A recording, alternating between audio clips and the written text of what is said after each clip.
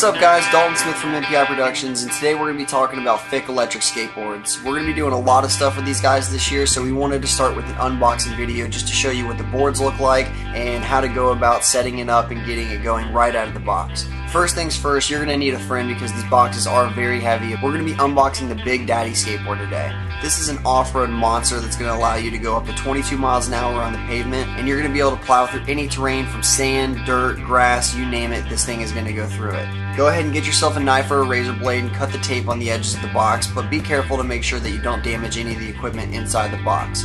Once you get it open, you're going to notice that you have the board right on top, so go ahead and get that out, put that to the side for now.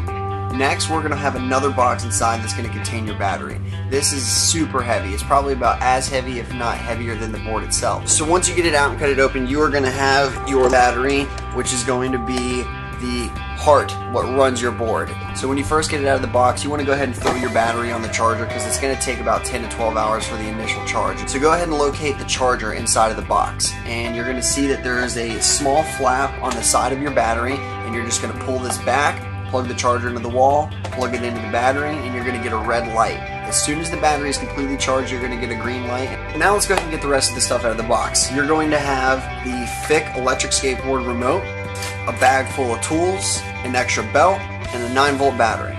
We always recommend that you have an extra 9-volt battery because God forbid you're in the middle of nowhere and your remote dies, so go ahead and have 2 or 3 backups on you all the time.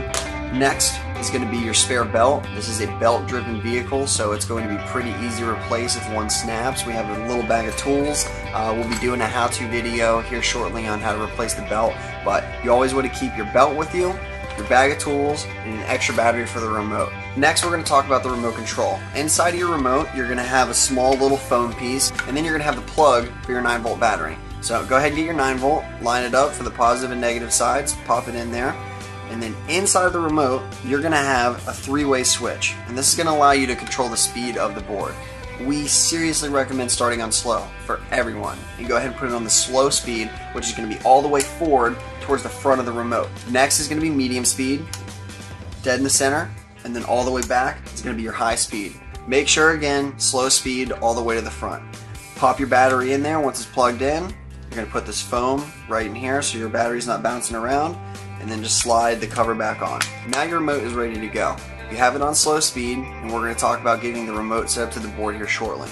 So just to make sure you have everything out of the box, you're going to have your board, your battery, the charger for your battery, your remote, a 9-volt battery for the remote, a bag full of tools, a belt, and your instruction manual.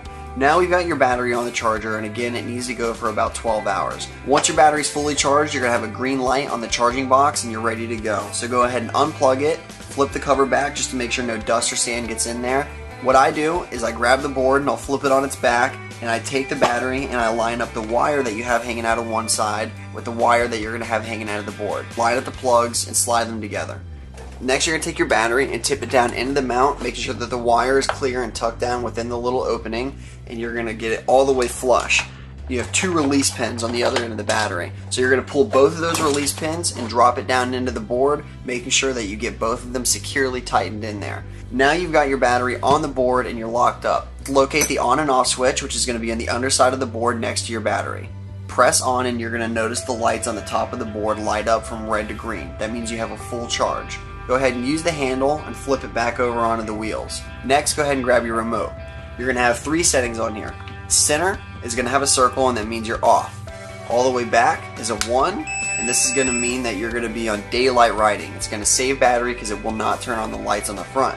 If you're going to be riding at night, you're going to put this all the way forward, and that's going to put you on number 2 and give you LED lights on the front of your remote. You also have an LED headlight and a red brake light on the board. This is going to be located underneath the board next to your battery, and you'll see a small white switch. Flip it to turn it on, and then flip it again to turn it off. And now you're going to be connecting the remote to the board. If we're riding at daylight, we're going to press down to the number 1. In about 3 seconds, it's going to lock you up with the board, and you're ready to go at that point. All of the Fiik remotes can control any Fiik electric skateboard, so do be careful when you're trying to link up multiple boards at the same time, because you can actually get one remote on another board and then you're controlling each other. However, once it gets out of range, which is about 2 feet, the remote will stop controlling the board. So now we're going to talk about acceleration and braking. Right here you have your trigger, so you're going to slightly pull back and that's going to give you some acceleration. Whenever you want to stop, we recommend that you slowly let off the acceleration, because if you let off all at once, it's going to lunge you forward.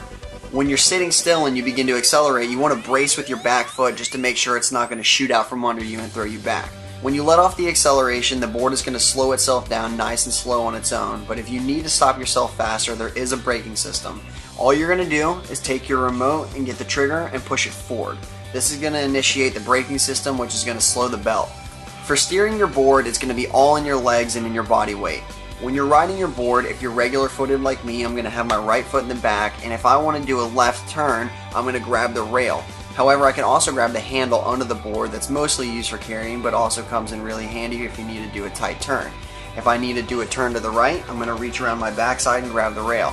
Take your time. Go out to the beach, start in a nice grassy field, and get used to the acceleration, get used to braking, practice doing some turns, and just figure the board out. You don't want to rush, because with any action sport, it's very fun, but if you don't take the right precautions, you're going to get injured. I always like to remind people to be careful when you're going from the grass to the pavement or vice versa, because you're dealing with two completely different amounts of traction. When you're on the pavement, the wheels are able to grab very well, you're not going to slide, and it's going to be very reactive turning. When you're in the grass, you're going to be kind of bouncing around, slipping and sliding, so if you go from the grass to the pavement, it's going to grip so fast the board may shoot out from under you.